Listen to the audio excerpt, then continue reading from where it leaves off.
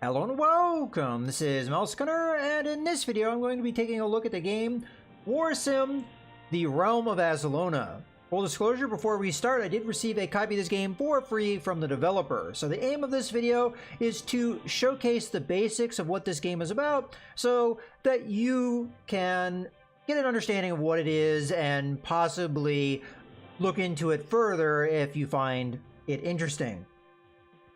So with that being said, I have played this game a little bit, and what it is it is a kingdom management simulator with an emphasis on fighting other kingdoms. It is going to be an old school ASCII character style, and when you are playing, you're going to be inputting commands by typing in a number and hitting enter and then going from there. So in this case, we're going to be starting a new game, so I'm going to hit 1 and enter, and then we get to do our start. A lot of things are going to be randomly generated, so our start may be quite bad. I did play this game a couple times.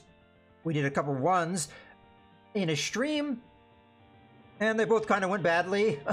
Hopefully we get a little bit better luck with our start this time. So I'm going to just do random everything with number 1. We'll go with an average length game, and we are going to call ourselves Mouse.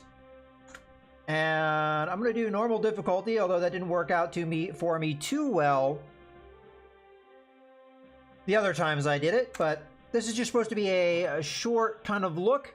You are ruler of the once great kingdom of Aslona, fighting against the rooted rebellion of Faradal the Kinslayer, the Horde of Fëanor, the overlord of all bandits, and several minor bandit gangs who pester your lands.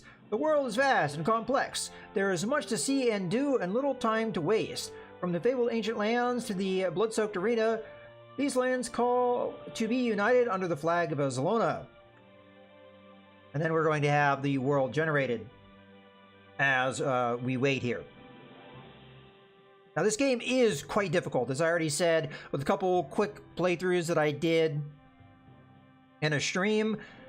I didn't make it very far in either one. The first run, I had a chance, but I really didn't know what I was doing, and I kind of failed in that regard of trying to figure out how the game worked. The second run, I knew more what I was doing, but the RNG of the generation of the world was totally against me, and it was just a catastrophe. So, with that being said, hopefully, again, we'll have better luck this time. The world is full of mystery and wonder. There are many peoples in this world. There are men, island ogres, winter half-demons, titan wizards, warborn evolved millipedes, lunar gnolls, goblins, and demons of the southern gate. You're invited to the royal crowning ceremony. We're going to go to the ceremony so we get a little bit of an idea of how we became king, because we'll be told that. You enter your throne room for the first time as the ruler of Aslona. Crowds of people gather to see their new king. As you take a moment to observe the room, the High General of Aslona approaches. I hope you are well, my lord. I shall crown you as the one true king of Aslona. You gain this title by inheritance, as your father was the king before you, until his death by the cruel hand of time. Long may he rest. So in my other two playthroughs, my first playthrough, I gained the crown by gambling it away from the previous king. So with that start, I actually started with a lot of gold. Maybe that is the reason why I started with as much gold as I did, is because of the background I had. The second playthrough I did, it was also through inheritance, but the previous king was mad and had been stripped of the crown rather than him dying before it passed. So I had very little gold, and the situation of my kingdom was kind of a little dire. So let's continue. I crown you as the king of Aslona. Long may you reign. My king, now that you are crowned, you may speak. This is pretty much the tutorial part, which I'm going to skip. So we're just going to hit 2 and skip it. But this is where, if you had talked to Old Kroll, which is your diplomat, you could get some more insight to how the game works. I will point out the tutorial doesn't really go into everything, and there's going to be some things you're just going to have to learn by doing. We have a number of choices here. We're now in the game. So I can recruit and sell troops, I can hire mercenaries, and so on and so forth.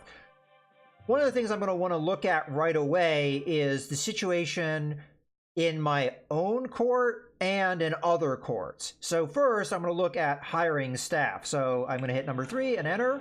And we see what my staff is. This is always going to be the staff you start with. You're going to have your diplomat, Old Kroll, who's usually pretty bad. So if we look at him, we see his skill is at 50. And from what I was told by somebody else that has played this game before, about 100 is your average number that you're looking for. So he's kind of bad. If we exit and we can look at our other council member here, which is our general, and he has a skill of 100, so he's more average. So we're fine with him. Old Crow, we might want to fire and get somebody different. Okay, we'll exit and exit again. Now, I do want to look at my start here. So I have 2,000 gold, so that's kind of poor. As I said, with my first start, I started with a lot of gold. I started with 14,000 plus gold. In this case, we have 2,000 gold. That's not very much. And we may get stomped here. Now, public opinion is 35. I think that's the best I've ever started with, which is nice. That means the people like me. We have 5 lands, and we can get more land by taking it from other things. So let's see who is out in the world. So I'm going to go to arrange diplomacy. Now, there will always be rebels, so that's number 1. We get to an idea of their strength. So they have 900 men, which is more than I have, I believe. They have 2,000 gold. They have 6 lands. They don't like me very much because they're at war with me. And we could bribe them and what have you and do other various things, but we're going to just exit for now. They're going to be the same as me, so their combat strength is going to be equivalent. I don't remember the exact formula. I think it's 50 for peasants, 100 for soldiers, and 150 for knights, but I could be misremembering those numbers, but I think that's correct. Okay, so that's the rebels, and they're going to be at war with us pretty much automatically. We have bandits and goblin kingdoms, which I think are also going to be hostile to us by default. But we also have the independent territories, and this will be different every time you play, so let's take a look at them. Okay, so I don't know how easy it is to read the first one, but it's the Purple Bannered Tribe of Yokor, I think is what that says. It's kind of hard for me to read it. So they are independent. I don't think any of them say at war, but we might have to look at them to see if they're at war with us or not. But the one start that I had that went really badly, I had the same amount of gold that I had in this run. So maybe if you inherit the crown, it's always going to be 2,000 gold by default. And you might start with more than that if it's a different circumstance. So I had the same amount of gold, but with my other playthrough, every single one of the independent kingdoms was at war with me, which is really kind of a rough start. Let's see if that's the case here. So we've got the Purple Bannered Tribe. Let's see what they're all about. Okay, they're kind of... They're a negative, but they don't absolutely hate me. They are island ogres. We see that they have wealth. They don't have very many men, but their men may be powerful. We'll have to see. Okay. It's not possible due to their lack of civility and savage nature. So they're savages. We can't really do much with them. Well, let's see what their troop tree is so we can get an idea of their strength. So the Island Ogre, their normal troops are 115 strength. Their Brute is 160, and their Champion is 210. So we can see there that their kind of base units are much more powerful than us, but they don't have a lot of men. So we may be able to overpower them just through sheer numbers, and they do have over 2,000 gold. So we could raid them and try and steal their gold if we thought they were a viable target. Okay, let's continue here. Let's exit.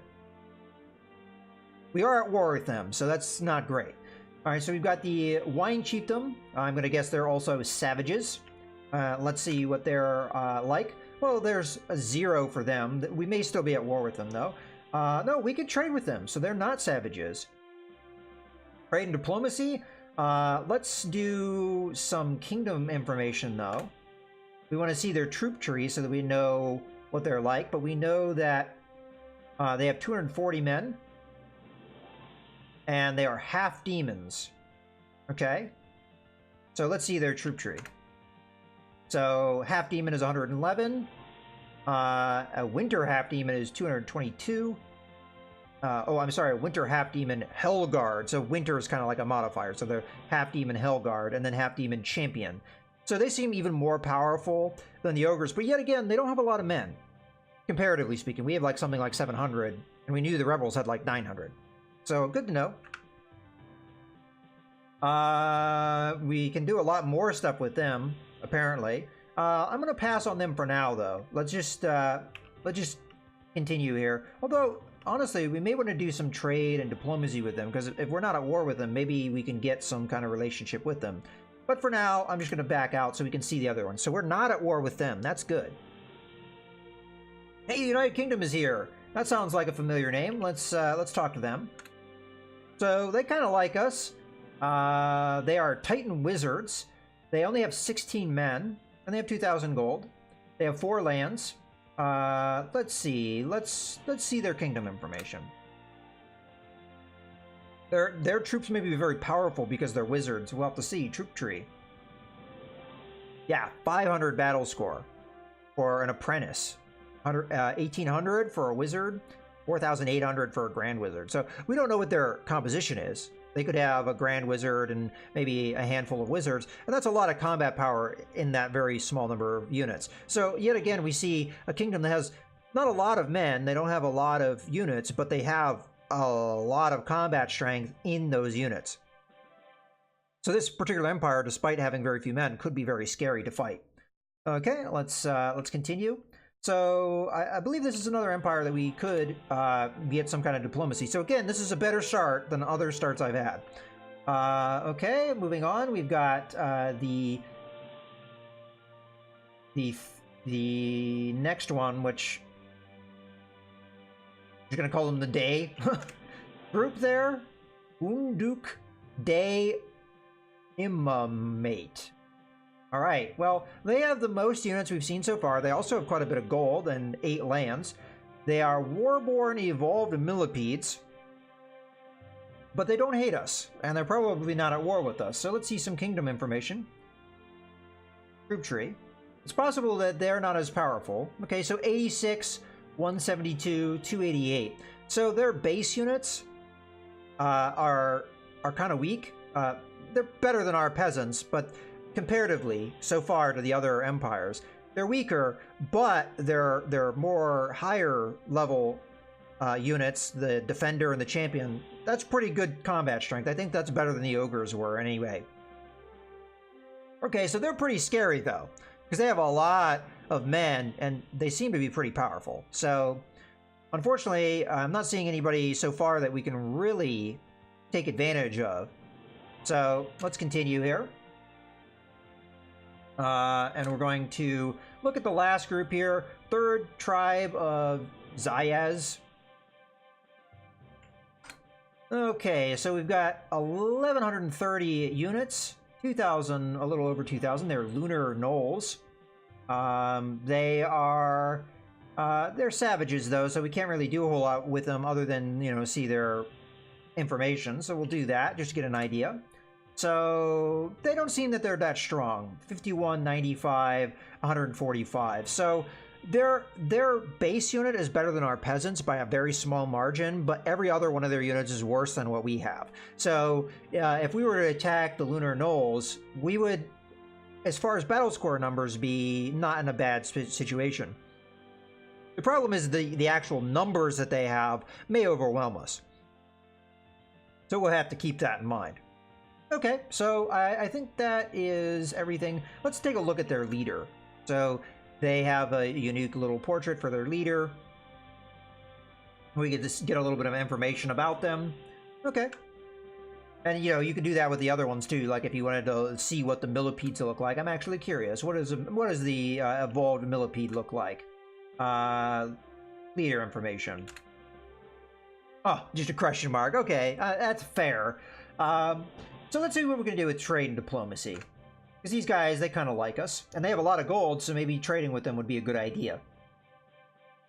So we can send them a gift, we can hire troops from them, and we can form an alliance. Let's try and do a trade agreement, because that could give us wealth. We don't have a lot of wealth at the moment, so let's do that.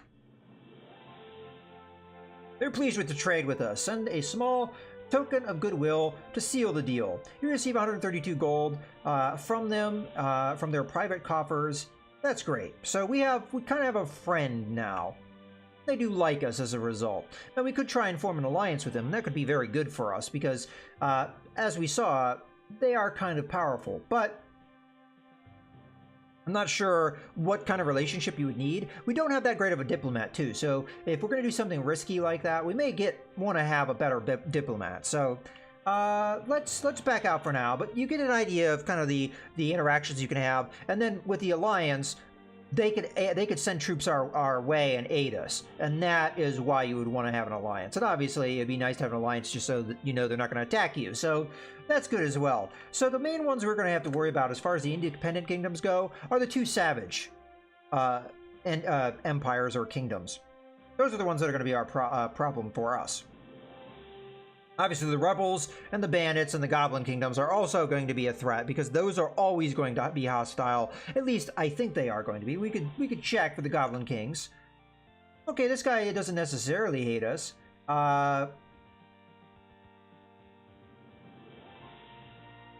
Let's see about the Kingdom of Krut. Is one of the two largest goblin clans in the land. Rival to the Kingdom of Iraq, which is the other one we saw, and vast in number, they are known for their tribal nature. So they have 375 goblins and 1,000 gold. Again, I don't know if they're at war with us, but they are too savage for us to have diplomatic ties to them. So yeah, let's exit. Okay, so I do want to go talk to the militia though, because we could. They are currently pledged to defend Aslona at all costs, so that's good.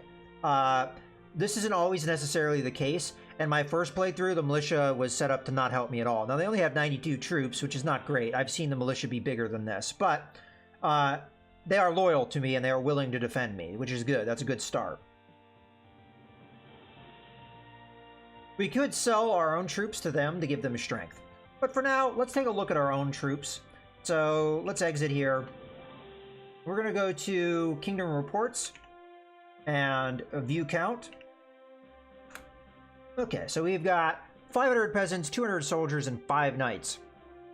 Now, knights are our strongest combat unit. And as you can see, we could get other types of troops as well. We can have slaves, either slaves, which are more or less the equivalent of peasants, and then slave soldiers, which are the slave equivalent of a soldier. But you could also get bandits and goblins and what have you on your side as well. And those can happen through a number of different ways. One of the ways that they can happen is you can go to court, and just through interactions in the court, you will meet some things. So let's hold court. So I'm going to go to the throne room, which is 7. And I have 23 people waiting for me, and I can hold court. So I hit 1, and we send in the next visitor. So you are visited by a traveling bard. He asked to show you the old clicking ways. I'm not the worst musician. I shall play you a short song. And this is one of the things that's kind of fun, is there's a little animation here. So let's listen to the song. So he's clicking his fingers. I don't know how well you can hear that because I have the sound kind of turned down.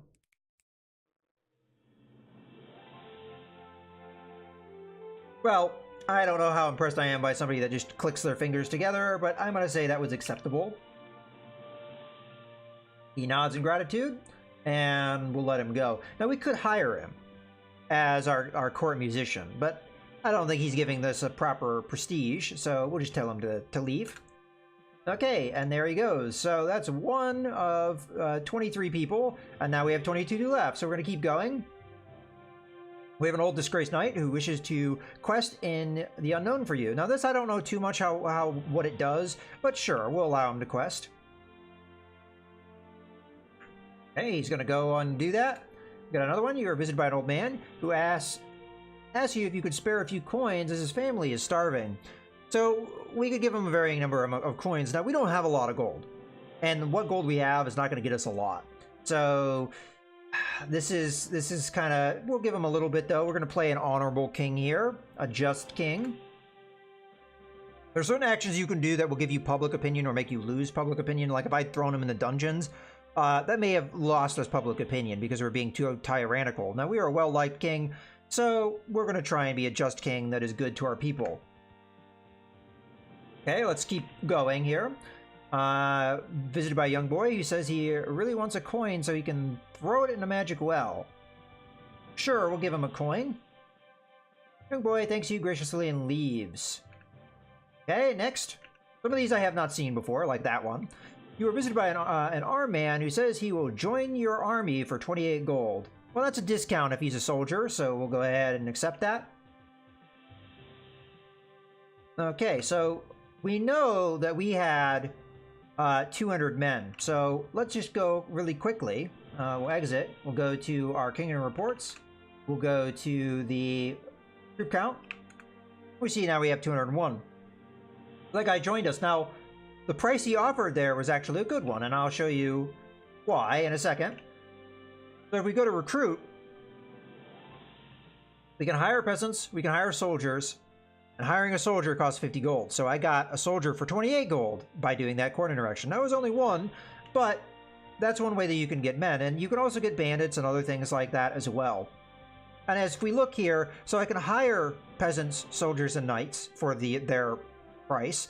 I can also take bandits that are in the prison, so anybody that I've imprisoned, and I can turn them into bandits that serve me in my military.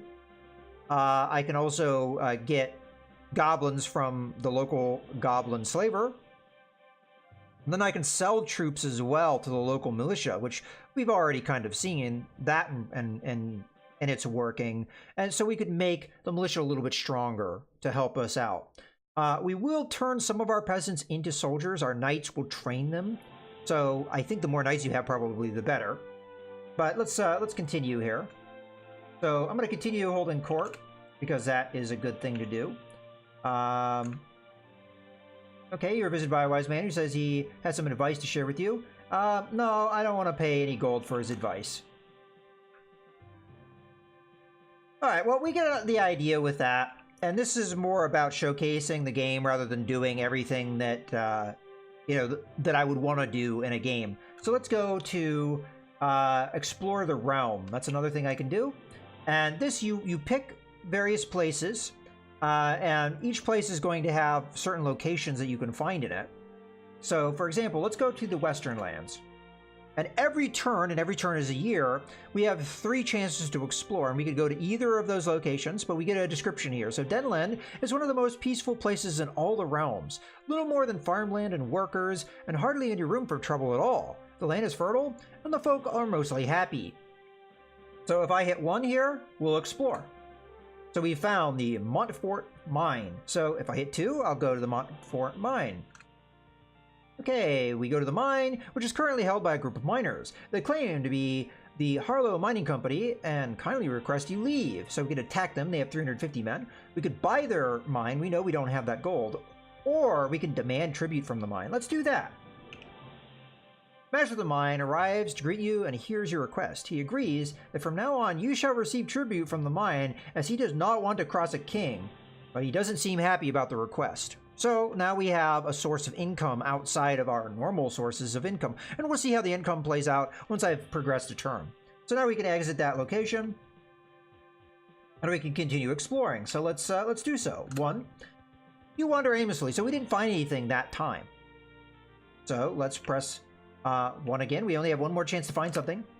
You encounter a little wagon carrying various goods. The wagon master, who identifies himself only as Wagon Man, recognizes you and bows. He requests a trade agreement with you. Sure, why not? So we agree. And now we have a trade agreement with the Wagon Man. That could be good. Maybe we'll get some money out of it. So there we go. We've done all of our chances to explore, and that's something you can do every turn. You'll find more and more locations. As we saw before I chose this location, that it has 40 places. We found 1 of those 40 places in that location. And the different places have a set number of locations. I think the locations are always the same, but whether or not you're going to find them is kind of randomized. So there you go. Like, for example, I happen to know in the Northern Lands you can find a slaver camp, and the slaver camp is where you can buy like slave soldiers and general slaves if you so choose. Now, we can also set laws in our kingdom. So if we go to 5, we can change our laws. We have a number of categories. For example, one of ours could be whether or not we allow slavery. That's something that could be a law in our land. And possibly we have already inherited a land that has laws like that. So, for example, let's go to taxes and subsidiaries and find out what is our tax laws. So right now, we have a gambling tax. We have a banking, we do not have a banking tax because otherwise it would say remove or end banking tax. So we don't have a banking tax, but we do have a land tax. And then we could also subsidize the arena or subsidize the militia, which would give the militia more recruits, but it costs us 1K per turn. It's kind of tricky sometimes to figure out exactly how your income is going to even out, and all the fighting that could happen in the course of a turn could also change that if you get raided. But this is where some of our income is coming from. We got recruitment and training as another law. And this is where we could set up various things. So right now we have free enlistment. So people are going to volunteer. We could do forceful enlistment. This will gain us lots of peasants each turn if we did this. But it may not be a popular choice. Let's go ahead and enact a law just to do it though. So we're going to declare forcible enlistment. Pretty much enlistment by requirement, because we desperately need the men. We're in a civil war after all, so we're going to declare that. So, number 2. We've enabled forcible enlistment. My public opinion has gone down a little bit, but we're a well-liked king anyway, so it's okay. Okay, so we've done that. We now have forcible enlistment active and declare free enlistment. That has changed, so now we're going to get a lot more men, but we're not getting soldiers each turn. We're getting peasants, so maybe that wasn't such a good idea. Okay, let's continue. Okay, so we've got goblin policies, we've got mercenary policies, we've got social policies, crime policies, celebrations, and so on. And then finally we have evil policies, and this is, you know, a little bit of fun you can have. So you've got declare pillaging, so you pillage your own lands. Declare curfews. You can do a breathing tax. Extra money for people so that they breathe, a walking tax. You can enslave everybody if you so choose. You know, those are things you can do. Okay, but we're going to exit. Because we're not an evil man. We're not going to do evil policies, although we probably just did one that was evil. Okay, so we are going to exit. And I'm trying to think, is there anything else that I would really need to do outside of just hiring more men and getting ready for the end turn events? Obviously going through all of the different things. Hiring men, hiring staff is another one that we would probably want to do. So let's do that, hire staff. So we don't have a spy master. That's pretty important for our kingdom. So let's look to hire one. So spy master. Sometimes it takes a little bit of time for things to load. Okay, so we've got 3 potential spy masters, and we can speak to each one. So let's start with the Cole of the Iron Hills. So we press number 1. I have read almost every famous paper on spying, and even written some. It would be my honor to serve you. I demand payment of 125 gold per season. Now, we don't really know how good he is. We can only assess what he has told us, how good he is. So let's talk to the other potentials. So we have number 2 here. Okay, I have been head spy for some of the greatest rulers. Please hire me. It was prophesied by ancient texts. I asked for payment of 144 gold per season. Okay, so he's a little bit more pricey, but he claims to be one of the greatest spies, or had served greatest rulers. Okay, finally we have Horin the Bolt. Information I have found has saved kingdoms. I have always been a supporter of your family. I request payment of 116 gold per season. So, again, which one is the best out of that group? He doesn't necessarily say he's any good at it. He just says that he's a supporter of my family, but he also is asking money. I have seen guys say that they'll work for free. Sometimes that will happen. So, let's go ahead and exit. I think we'll go with Sir... Oh! We do actually know their skill now that we talked to him. Okay, okay. That part I actually didn't notice the first time. All right, so we'll talk to Nicole. He's cheaper and he's better. So we'll take him. So we will hire.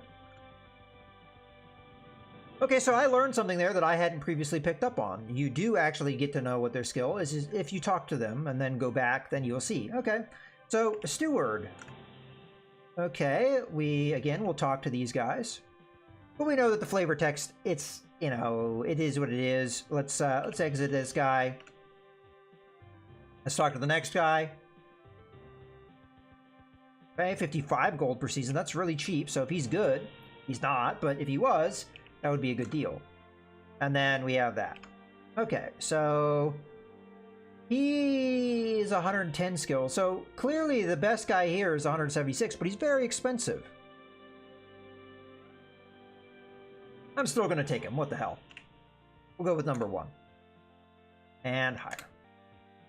Okay, so we have all that, and unfortunately old Kroll here, we're going to fire him because he gets paid a lot of money. Well, he gets paid decent wages for being kind of crap. So we'll fire him. And we will hire a new one. So Sir Ozan, the noble. Okay, exit. He asked for a lot of money. He's good, though, but maybe not worth that much. Okay. And finally, last one. Okay. So his higher cost is 0, and that's exactly what I was talking about. So let's talk to this guy. He's 0, and he's actually pretty skillful as well. Okay, he's been waiting his whole life for this moment, so he needs no payment. Higher. Okay, so we've got our group here. We also probably should take a champion. Now, the champions, I don't know 100% know how they work. You don't really get to talk to them first, so you don't really know how good they're going to be. I'm going to go ahead and take a nice cheap guy because we don't have a lot of money to work with. So we'll take Black Eyes here. And let's see how good he is. He's not particularly good, but I guess that's not too surprising. Maybe because he costs us 550, maybe it's times 10 as their stats. Could be. Okay, well, in any case, now we have some advisors, we have staff. Let's look to buy some troops, and then we'll get into the combat here. So, recruit and sell troops. We're going to go straight for soldiers. We're going to buy as many as we can. So, we have 1,200 gold. They cost 50 apiece, so I have to think about this. So 6 would be 300. So we could do, what, 24? That's not a lot of men for as much gold as we're spending. And there you have it. So that's not really particularly looking good for us. What I will do is I'll go to the Royal Bank and we'll take a loan. I'm going to take a loan, and the max amount they'll give me is 5,000. So we will take 5,000. Maybe not a good idea, but we need men. We need to be able to fight. So we'll take that. And now we could hire at least 100 men. Now, normally speaking, if I was playing this seriously, I would go through all of the events in the throne room because we could get troops for free, and we could get them for cheap. Because that could happen. But we have 17 things to get through, and I do want to kind of get to the battles and what happens with that to fully showcase how a turn's going to look. So let's go ahead, recruit the rest of the men that we can. So we're going to go back into soldiers. We know that we can hire another 100. We do so. Okay, so we've gotten as many men as we can get through normal recruiting. So let's get a reminder of how many men we have. Okay, so we have 325 soldiers, we have 500 peasants, we have 5 knights. That's what we have to work with. We have a total of 830. Now, who would we want to attack is the other thing that we have to think about. And probably we'll go after the... We'll probably go after the rebels, but let's just get a little bit of an idea of what we're looking at for them. So, rebels. So they have 900 men, so they have more men than us. We don't know what their men are like, so they could stomp us if we attack them. So, good to know. I don't think we could really take very many other people, and we're only enemies with a couple. While we're here, I'm going to do a couple other trade agreements, though. So, United Kingdom, we happen to know is not enemies of ours, so let's see if we can do a trade agreement with them. Get a little bit of cash coming in. Yeah, they are willing to do that, and we received 1,900 gold from them as a token of these guys' esteem, so that is very good for us. So you could hire more troops. I'm glad I did that. All right, let's see. We didn't do anything with the Wine Chieftain, I don't think. So let's talk to them. Let's do a trade agreement, perhaps. They might not do it. Okay, he doesn't understand. Oh, okay. He agreed to it, but he didn't give us any gold as well. And let's see if we can get an alliance with somebody. The United Kingdom is pretty powerful. Let's see if they would agree. We're going to go with 4. United Kingdom are pleased and agree to an alliance. Okay, a small token of goodwill.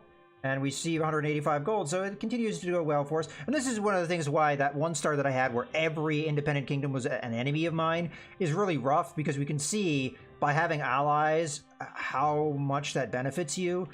So we're going to do 1 more, and I think we could probably get away with it with these guys because they like us as well. Let's see if they will be willing. They agree, and they also give me some gold. Okay, good. All right, so we have gotten a couple alliances. We've got 3 trade deals. We have a lot of possible income.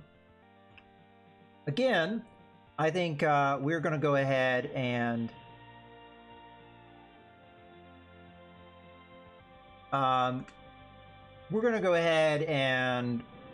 buy as many recruits as we can. So we have about 2,000 gold, which is going to get us, I think, 40 men, which I'm not exactly sure how many soldiers there are even left. Yeah, it tells us we could afford 43 of them. I'll just take the 40. We'll save a little bit of gold. Okay, so we didn't do too bad, and we may be able to attack the rebels and maybe take some money from them, perhaps, with a raid. So that's what we're going to try and do. So I'm going to go ahead and we're going to end the turn, and this is where we're going to make our choices for who we're going to attack and all that. So let's go ahead and do that. So this is our list of everyone we can attack. We're going to attack the goblins, we can attack the bandits, and so on. It would be nice to defeat the rebels, though. So let's attack the rebels. We know they have a fair number of men, though. They have more than us, perhaps. So this could be dangerous, but we'll do it nonetheless. Okay, so we have a number of choices of what we can do here. First, I want to know more information, so I'm going to go with 4. Okay, the Spy Master says they have a fair bit of territory behind them, 6 lands, that we would need to capture before their capital. They have a little bit of gold in their vaults, so a raid may be worth considering. Okay, so we can do skirmish. Skirmish is just going to be a quick battle, and it's not going to be as risky. It's not an intense fighting, so the number of casualties we'll take isn't going to be huge. We can do a raid, which is going to be higher risk, but we have the ability to plunder the enemy's land and take gold from them. Or we can invade, which is the highest risk you can do, but if you succeed, you'll capture land from your opponent. So he said that the enemy had 6 lands that we would need to capture before defeating them. This is how we would do that. So skirmish would probably be the safest course to test our enemy. And on the first turn, that's probably a good idea. See what your enemy has, and if the battle's not going to go in your favor, you know, at least you're not going to take too many casualties. So let's try just a simple skirmish here. So we've said to do that. Now we have to say, how many peasants do we want to send? How many soldiers do we want to send? Anything we don't send defends us, and we don't know who's going to attack us this turn. So if we go all out on an attack and we don't defend it, then that's really bad for us. So we do want to leave something behind. We don't know how many people are going to attack us either. It could be several. And that's another element of the RNG. Nobody could attack you. A bunch of people could attack you. You just don't know. Now, obviously, somebody that's allied to us is not likely going to attack us, but, you know, we'll see. I'm I'm not going to send any peasants. So I'm going to say 0 to peasants. Because peasants are kind of weak. We'll reserve them for defense. Soldiers. I want to send a fair number of soldiers, though. Let's send 166. I'm not sending a ton of soldiers, but this is just a little skirmish. And how many knights do I want to send? I don't want to send any of my knights. Okay, would you like to send the Black Eyes... oh, my champion on the skirmish. Of course, of course. So that's why we hired him.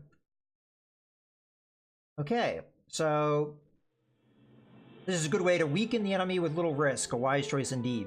So let's see what happened. So we're going to go ahead and press to continue. So they've done some spying, and our combat strength is 596. Theirs is 359, so we have more men than they do. And then our fighters versus their fighters. So in this case, this skirmish is actually probably going to go in our favor. Now, maybe if I'd gone to raid, they would have had more men or what have you. It's possible to attack us, though, because maybe they sent a lot of their men out to attack us. So maybe it was good that we held back, too. Okay, let's go ahead and press to continue. And now we're going to see the battle happen here in a bit. Your men arrive in the rebels' territory and prepare for the battle. That will soon take place. As you spot a rebel village, the enemy engages and the battle begins. So this is them pretty much play-by-play what happens. So we're killing a lot of the enemies. So that's going very well for us. I think we're going to win this one. The skirmish was a success. Your men bask in glory. So they lost 149 men. We lost 42. Now, because we sent in only soldiers, we know that all those casualties were soldiers. Now, our champion may have died, and I would have to scroll through this list to see if he did indeed die. But an easy way to tell is after this is all done, we could just see if he's still around. So we have 125 men remaining out of the men that we sent. So let's just go ahead and press the key. And there we go. We're being attacked by the rebels. Not too surprising that they're attacking us. Do you want to watch the battle take place? The militia have sent 76 troops to assist in the defense. So the militia aided us greatly. Unfortunately, that's almost all our men. So they may not have very many men after this if, you know, it goes too badly against them. But we, of course, will watch the battle. I'm actually curious, what did they do? How did they attack us? How many men did they send? Because they didn't have very many men behind. So let's watch the battle. So we did defeat them.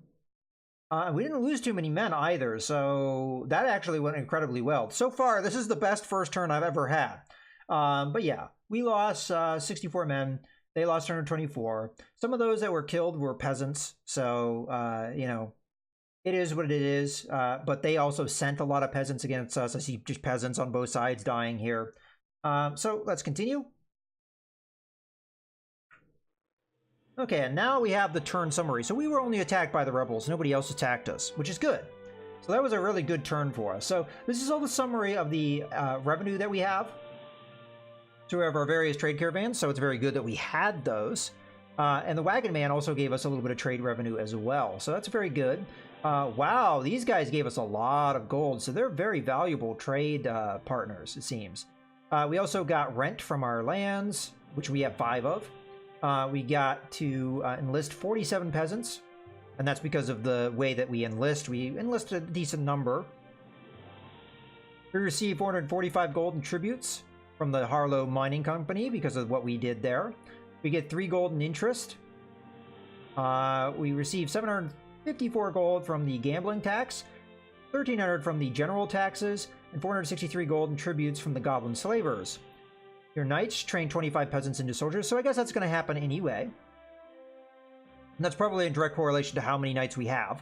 Our peasants earn 305 gold from us from the harvest. That's a good harvest. We pay 125 in wages to all of our various people, like we see all that. These are all wages. Once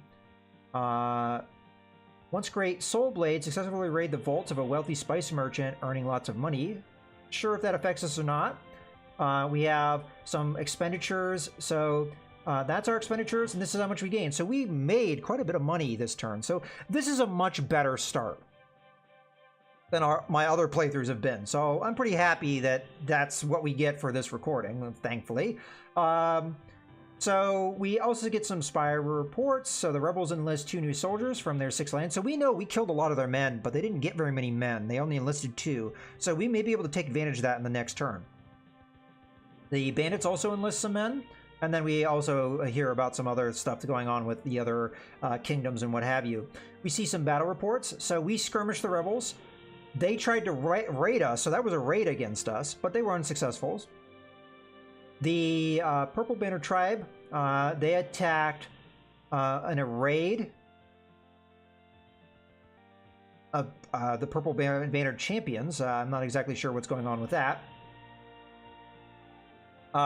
These guys raided the Wine Chieftain, but they were unsuccessful. So that's the idea of all the other stuff that goes on. Then we have an arena report. Now, I didn't really look into the arena, but we'll do that now. So the arena is another place you can visit, and you can watch fights. You can have fights played through, but there's always a grand champion too at any given time, and you could go to the grand champion and you can hire this grand champion from the arena, and that can be a new champion for you. You can have several champions, but that's one way you can get a champion outside of hiring one like what we did. And I believe in the arena as they fight, they can potentially get more skill. But I haven't done a whole lot with the arena, so I don't know exactly everything and how it works. So more or less, we have the same process for this turn that we just had for the last one. So we're going to be recruiting more men. We're going to be going and exploring the realm, and all that stuff is just the same kind of stuff we're going to do from here on out. So I hope this gave you a really good overview of what this game is about. It's pretty much that's it. It's a pretty interesting theme. There are other games that are similar to it that I really like this style of game. And also the kind of old school aesthetic and the interface. I like that too. So this game has some endearing traits to it. Now, again, it's very based off of randomization. So you can have runs like I had. My first 2 runs went really badly very quickly. Or you can have runs like this that are a little bit, you know, although the difficulty has been the same with all of my playthroughs. I pretty much had the same default setup. Just by the randomization of the world being generated, I got a lot better break for this particular playthrough than I did with my other 2. So this game can be brutally difficult just based off of that randomization. If you load into a world where everybody's hostile to you, where you can't do trade agreements, you can't do any of that stuff. Now, there's ways to get a kingdom to stop being hostile with you, but it's not easy, and it's going to cost you money, and we didn't start with a lot of money. Now, the first start that I had, that was actually probably a better start, but I didn't really know what I was doing so much, and I made a lot of mistakes, and I didn't take full advantage of what I had because I had a lot of resources. Now, I have seen this game played before, and some of your starts can be really interesting too.